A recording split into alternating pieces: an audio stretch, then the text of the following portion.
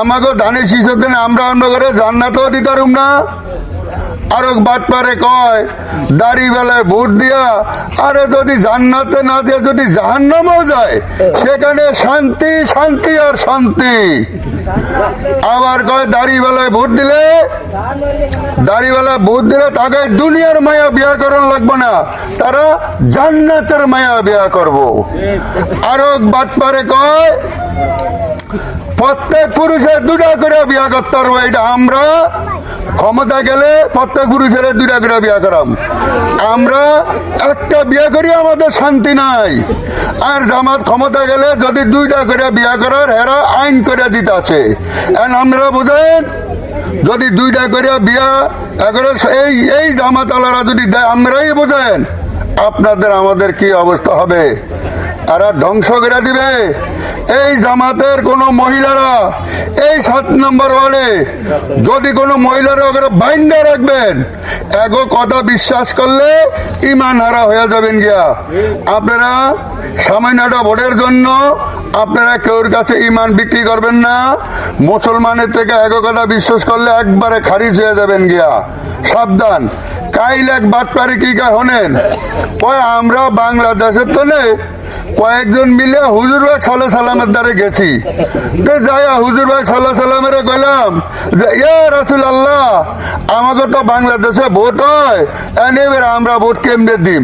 তো হুজুরবাগ সাল্লাল্লাহু আলাইহি সাল্লাম কয় তোমরা যারা ইসলামের পক্ষে এগরি ভোট দিও। হুজুরবাগ সাল্লাল্লাহু আলাইহি সাল্লামের আমাদের কথায় খুব সন্তুষ্ট, আমরাও সন্তুষ্ট।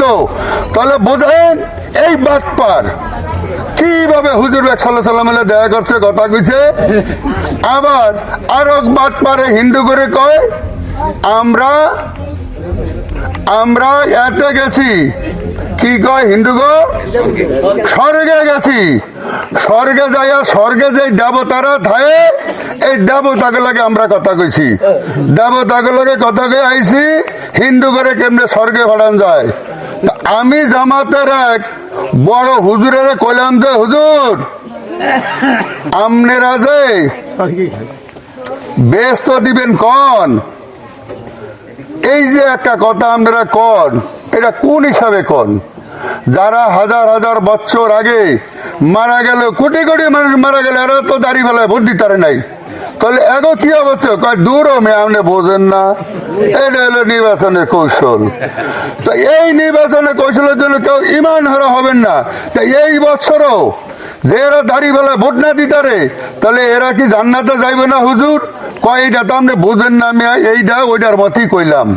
এটি আমাকে নির্বাচনে করলো। তাই যারা এইরকম মিথ্যার আশ্রয় নেয় এদের কথা বিশ্বাস করলে কেউ ইমান থাকবে না।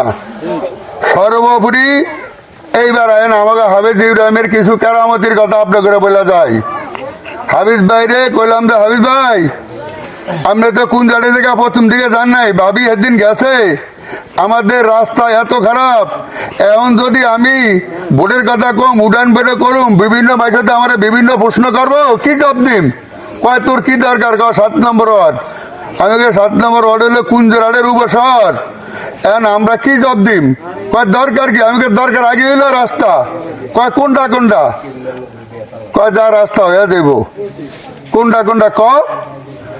এরপরে এই এমপি সাহেব আপনি দেখেন হাসপাতালের প্রচুর বাস দিয়া রাস্তা, এটা কিন্তু হইতে আছে। এই রাস্তা কয়েকদিনের মধ্যে হয়ে যাবো গিয়া, এটা টেন্ডার হয়ে গেছে।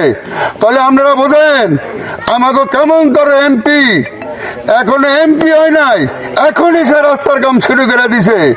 তারপরে কইলাম আমাকে আশেপাশে ফুল টুল কয় এডি কয়া দিস, আমি তো ইনশাল্লাহ এমপি হমু আল্লাহ রহমতে।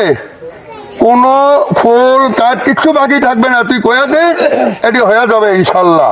তাহলে আপনারা বিশ্বাস করেন, আমরা বিশ্বাস করি, আমরা এমন একজন মানুষের এমপি আমরা বানাবো আল্লাহর রহমতে। এই 7 নম্বর ওয়ার্ডে ইনশাল্লাহ আপনাদের কোনো কাজ বাকি থাকবে না। সর্বশেষ 7 নম্বর কুঞ্জাট কেন্দ্র, এই কেন্দ্রে যদি আমরা ভোট বেশি দিতে পারি, আমরা এমপি সাহেবের কাছে আপনাকেও সুনাম থাকবে, আমারও থাকবে। আমাদের দাবি দেওয়াটা বড় আমরা আনতে পারুক। লাভ কি আমার হইব না আমরা হইব? সবার মিললে আমাকে লাভবান হইব। আশা করি আমরা এই সুযোগ হাতছাড়া করুম না। বাড়ির মধ্যে আমার মা বোনেরা কইবেন হবে তুই তো এমপি হইবি ধানে শীষে, আমি একটা ভোট না দিলে কি হইব? কিন্তু না, আপনারা বাড়ির আপনি কবেন আমার ফোলা তুই কমনে দামো, আমি ভোট দিতে গেলে আমার ফোলা চাইব কে? আপনাকে এই বাড়ির মধ্যে যারা যারা আছেন সমন্বয় করে নেবেন।